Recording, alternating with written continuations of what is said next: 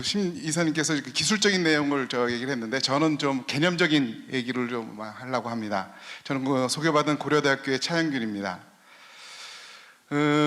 우리 그 선박의 이렇게 발전이요. 보시는 것처럼 전통적인 선박은 이 대형화, 효율화 이런 중심에서 오늘 핵심 주제였던 이런 거 에코 이런 쪽으로 넘어왔고 이제 요즘 최고 이슈가 되는 것이 스마트, 그다음에 앞으로 더 나갈 것은 무인화인데요. 여기에 핵심이 되는 요소가 자동화입니다. 그럼 이런 자동화가 어떻게 가능해질 것이냐 보시면 지금 4차 산업혁명이라는 것이 기술이 여기에 애드가 되기 때문에 가능하다고 보여지죠. 그런데 거기 인더스트리 4.0이라는 얘기가 또 있는데 인더스트리 4.0은 유럽에서 그러니까 그 중에서도 제조의 강점이 있는 독일에서 이 얘기를 했는데요. 내용상으로는 대동소이합니다. 우리나라에서도 여기에 걸맞는 쉬핑 4.0이라는 것을 지금 추진하고 있는데요. 거기에 보시면 뭐 IoT 기술이라든지 클라우드라든지 빅데이터라든지 인공지능 이런 것들이 해당되는 기술들을 통해서 다만 우리가 적용되는 부분이 해양 쪽으로만 적용이 된다 이렇게 보시면 될 것 같습니다. 그러면 이런 것들이 보안에는 어떤 영향을 주느냐 하면 여기에 핵심되는 요소들이 ICT 기술인데 ICT 기술이 해양에 붙게 되면 기존의 그런 선박 보안에다가 IT 보안하고 OT 보안이 두 개가 애드가 돼서 융합 보안이라는 새로운 개념이 나타나게 되는 거죠. 이런 융합 보안이라고 하는 것은 전 산업에 대해서 영향을 미치게 됩니다. 그래서 이제 설계에서부터 운영하는 데까지 이 ICT 기술이 들어가면서 ICT로 만들어지는 서비스, 소프트웨어 제품들이 만들어지고 만들어지는 그 소프트웨어 제품들이 선박 품질 향상이라든지 원가 절감, 그 다음에 선박 첨단화, 자율운항 이런 것들로 점점 그렇게 기술 발전을 견인하게 되는 것이라고 볼 수 있습니다. 그러면 4차 산업혁명의 그런 구조를 잠깐만 볼 텐데요. 4차 산업혁명의 가장 구조의 근간이 되는 것은 IoT 센서죠. IoT 센서가 돼서 그런 많은 대량의 데이터들을 만들어서 그게 네트워크화되어 있으니까 그게 어디요? 클라우드로 올려져 가지고 그 클라우드에서 많은 데이터들이 모여지는데 그 인공지능을 통해 가지고 맞춤형 그 다음에 예측하는 정보들을 실제 세계에 대해 적용을 시켜주는 겁니다. 그래서 최적화 시켜주는 건데 이 우측에 있는 그림을 보시면 이거를 해양에 하게 되면 선박에도 이제는 IoT 센서들이 엄청나게 많이 늘어날 것이고요. 그런 것들에 대한 것들을 통해서 정보들이 온라인상으로 많이 올라가게 돼서 최적의 운항 조건을 만들어주는 것이 이렇게 온라인과 오프라인이 하나로 융합되는 그런 체계를 만들어 나갈 것입니다.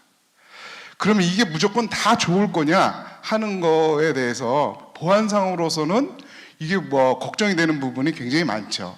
왜 그러냐 하면 이거는 전체가 한 덩어리이기 때문에 이 덩어리 가상 공간을 통해서 어떻게 해요? 실제 상황의 공간까지 공격이 가능해질 거라고 보여집니다. 인더스트리 4.0에서 가장 유사한 것이 스마트 팩토리인데요. 좌측에 있는 그림을 보시면 스마트 팩토리에서 나왔던 구조입니다. 여기에 보시면 IT 영역에서의 공격들이 OT 영역까지 영향을 미쳐서 전 부분에 있는 데서 공격이 가능하는 것을 보여주고 있습니다. 스마트 해양 조선 산업에서도 마찬가지로 이렇게 스마트화되는 거예요. 자율운항 선박이라든지 스마트 조선, 스마트 해상 물류, 스마트 해상 통제 다 스마트 자가 붙잖아요, 그죠? 지능화되는 것이 우측에 보시는 것처럼 많은 이런 보안 위협을 만들어낸다 이렇게 이해하시면 될 것 같습니다. 그럼 누가 이런 위협을 줄 거냐라고 보시면 기존에는 우리가 해적이라든지 물리적으로 공격하는 이런 것만 걱정을 했었는데 그게 아니라 이제는 뭡니까? 해커라는 이 사이버상에 공격하는 그런 공격자들을 이제 걱정하게 되는 시기가 됐고요.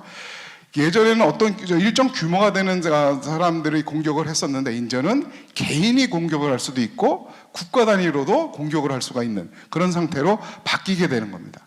공격 방법도 사이버상에서 할 수 있는 그 랜섬웨어라든지 악성 코드라든지 무단 접속 그리고 피싱 등 다양한 공격 기법들이 그 물리적인 공격이 아니라 사이버상의 공격들이 이제 생기게 되는 거고, 대상도 공급망이라든지 사람, 디바이스, 네트워크 뭐 모든 에브리띵이 다 공격의 대상이 될 수가 있을 거라고 보여집니다.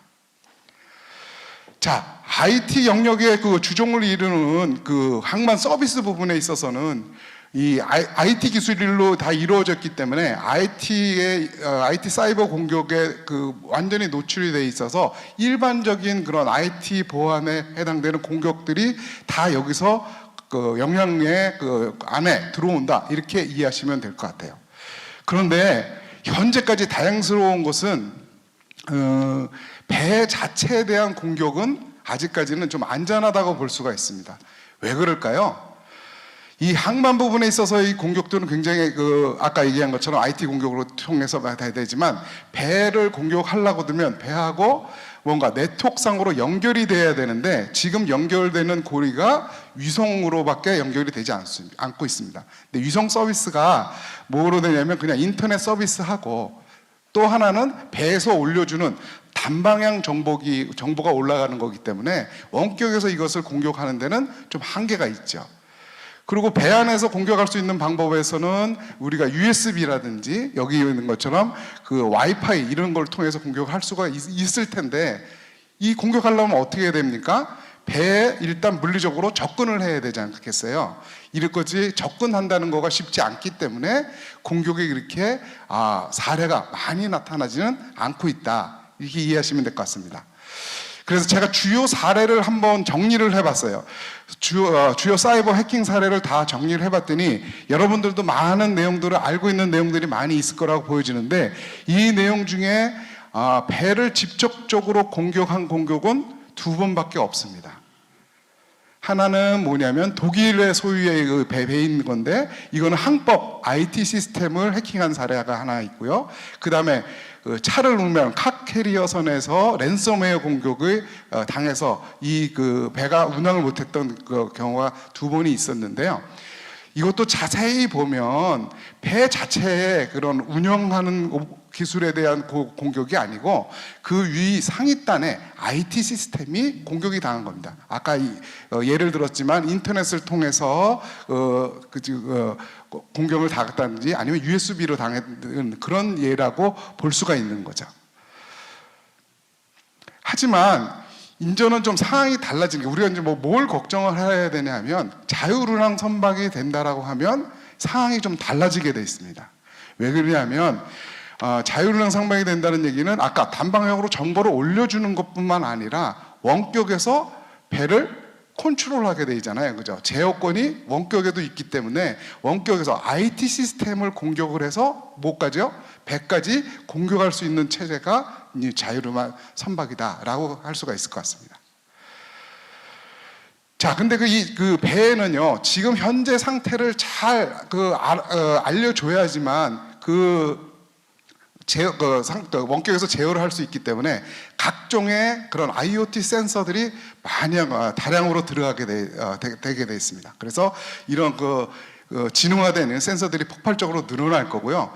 그 다음에 그 안에 들어간 배에 있는 선박에 있는 그런 컨트롤로 하는 그런 시스템들도 이게 기존에는 각자 따로따로 시스템이 따로 놀았습니다. 다른 거하고 대화를 하지 않고 거기서만 하고 나온 결과만 위에 상위 땅에 보고 해주는 거였었는데, 이제는 오픈형으로 서로가 대화를 하기 시작했고 연결이 되기 때문에 여기를 통해서도 취약점이 많이 발생할 수가 있게 되겠고요.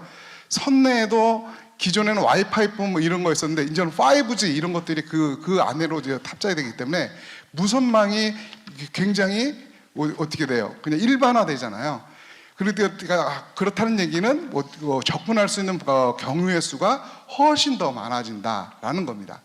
그리고 위성의 그런 서비스도 기존에 이제 보고만 받던 것이 아니라 저궤도 위성이라든지 어저께도 우리가 했지만 군사용 우리 배를 위해서 우리나라에서도 지금 위성을 하나 쌓아 올렸는데, 이런 것처럼 위성이 일반화되고 거기서 대화가 단방향이 아니라 양방향이 되기 때문에 여기에 따라서 사이버 공격들은 폭발적으로 늘어날 수 있다라는 겁니다. 이걸 그림으로 지금 도식해 보시면, 그러니까 지원하는 시설에 해당되는 것은 IT 시스템이라고 볼 수가 있고요. 선박에 해당되는 것은 OT 시스템이라고 볼 수 있는데, 이 IT하고 OT가 어떻게 돼요? 합쳐지게 되는 거죠. 그 얘기는 다시 말하면 가상의 세계하고 현실 세계가 하나로 융합이 되기 때문에 가상 공간으로 공격하든 실생활로 공격을 하든 그것들이 다 한꺼번에 공격의 그런 방법이 될 수 있고 피해의 대상이 될 수도 있다, 이렇게 이해하시면 될 것 같습니다. 그래서 이런 것들을 어떻게 하면 좀 보완을 할 것이냐, 뭘 우리가 대비하면 좋을 것이냐 하는 것을 주요한 것들만 제가 3가지 정도로 정리를 했습니다. 아까 얘기하던 것처럼 이 주종을 이루는 것이 지능화되고 그 다음에 네트워크된 IoT 센서들이 많이 늘어난다고 했는데, 해양 부분에 있어서의 그 표에 보시면 타 산업분에 비해서 이 센서의 종류가 해양 부분에서는 굉장히 다양하고요. 늘어나는 그 속도도 굉장히 가파르게 지금 증가를 하고 있습니다. 그래서 이 IoT 센서가 이제 대화를 하기 시작했기 때문에 이 대화하는 것들을 어떻게 해요? 남들이 못 듣게 암호화 시켜야 되는 것도 필요하고요. 그 다음에 변조를 시키는 것들도 막아야 되기 때문에 무결성이 검증된 IoT 센서를 써야 된다는 것이 첫 번째로 저희가 해야 될 일이라고 보여집니다. 두 번째는 아까 발표 중에도 말씀해 주셨는데, 이 배는 제가 알기로는 20년, 30년 그 이후도 더 많이 쓰는 경우도 있는데요. 이렇게 상당히 오랜 시간 운영을 합니다. 그런데 이 보안적인 문제가 발견되는 시점이 언제냐에 따라서 복구되는 비용이라든지 시간이라든지 이런 것들은 거꾸로 굉장히 많은 것들이 노력이 들어가기 때문에 사전에 이런 것들을 예비해서 단순화시키는 것이 필요합니다. 그래서 복잡도를 감소시키는 것이 필요하기 때문에 설계에 있어서부터 우리가 시큐리티나 프라이버시나 이런 것들을 고려해서 이런 것들을 해나가야지만 나중에 가서 이런 문제를 해결하는 데 있어서도 상당히 도움을 받을 수 있을 거라고 보여집니다. 또 하나는요, 배 하면 서플라이 체인이 굉장히 복잡하죠. 다량의 그런 기기들이 들어가게 되어 있는데, 이런 기기들이 한번 배에 들어오게 되면 걔는 외부망에 있는 게 아니라 어떻게 해요? 내 내부에 들어와 있는 거예요. 보안에 있어서 제일 걱정스러운 게 뭡니까? 외부자 들어오는 거는 피하 식별이 되기 때문에 막을 수가 있어요. 그런데 얘가 검증돼서 우리 내부에 들어온 얘는 어떻게 할 수가 없어요. 발견되기가 굉장히 어렵죠, 그죠? 그러니까 이 내부에 들어온 기기를 통해서 공격도 가능하고요. 이걸 통해서 공격할 수 있는 다른 것들을 전파하는 숙주 역할도 얘들이 합니다. 이렇게 돼서 공격의 성공 확률도 굉장히 높이고, 그다음에 피해 정도도 굉장히 크게 할 수 있다는 게 이 서플라이 체인에 있어서의 가장 큰 문제라고 할 수 있습니다. 그래서 이것들을 방지하려고 들면 검증된 업체들을 통해서 인증된 제품을 쓰는 것이 중요합니다. 그래서 이미 들어온 다음부터 그거를 모니터링하고 관리한다는 것은 쉽지가 않아요. 왜냐하면 워낙 많은 기기들이 워낙 많은 방법으로 대화를 하기 때문에 채택에서 쓸 때부터 이런 것들을 확인해서 쓰는 것이 굉장히 필요할 거다라고 생각이 됩니다. 자, 다행스럽게는 국제적으로도요, 이런 보안 문제에 대해서 많은 신경을 써서 IMO에서요, 이게 뭐죠? 2017년 6월 달에 국제해사기구에서 결의안이 만들어졌습니다. 이 결의안이 언제부터 실행되냐면 내년 1월 1일부터 시행하는데요. 보안적으로 이제 앞으로 문제 있는 배들은 운항을 중단시킬 수 있는 그런 것을 권고할 수 있는 이런 결의안이 이미 발의이 됐고 내년서부터 시행이 들어가기 때문에 인전은 보안이 이렇게 선택이 아니라 이제 필수 사항으로 이제 간다라는 것을 우리가 인식을 해야 될 것이고요.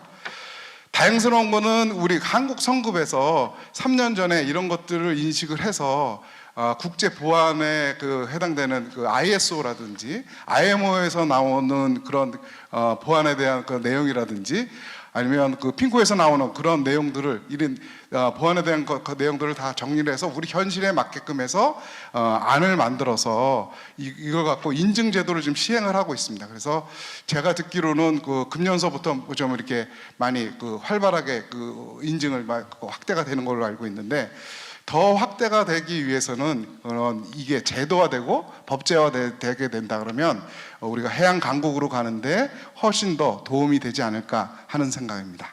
예, 제 발표는 여기서 마치도록 하겠습니다.